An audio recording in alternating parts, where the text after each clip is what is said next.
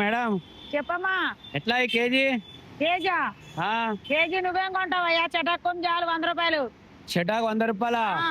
అంటే కేజీ 1000 రూపాయలు పైనే ఉందా?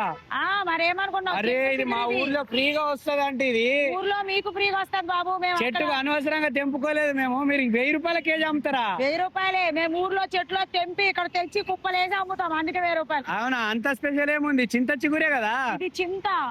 ఆ. చిగురు తింటే ఆ అబ్బా పుల్లగా ఉంటది. అవునా? కూరలో వేసుకుంటే అద్దిరిపోద్ది. ఆ. అందుకే చింత చిగురు అంటారు. అవునా?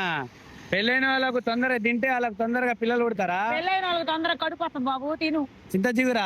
మీ ఆవిడ ఊడి వస్తుంది అమ్మ, కడుపు. ఇంత ఉందా దీంట్లో? నాకు ఇప్పుడు మరి ఏమనుకున్నావు? అందుకే పెళ్ళై అందుకే.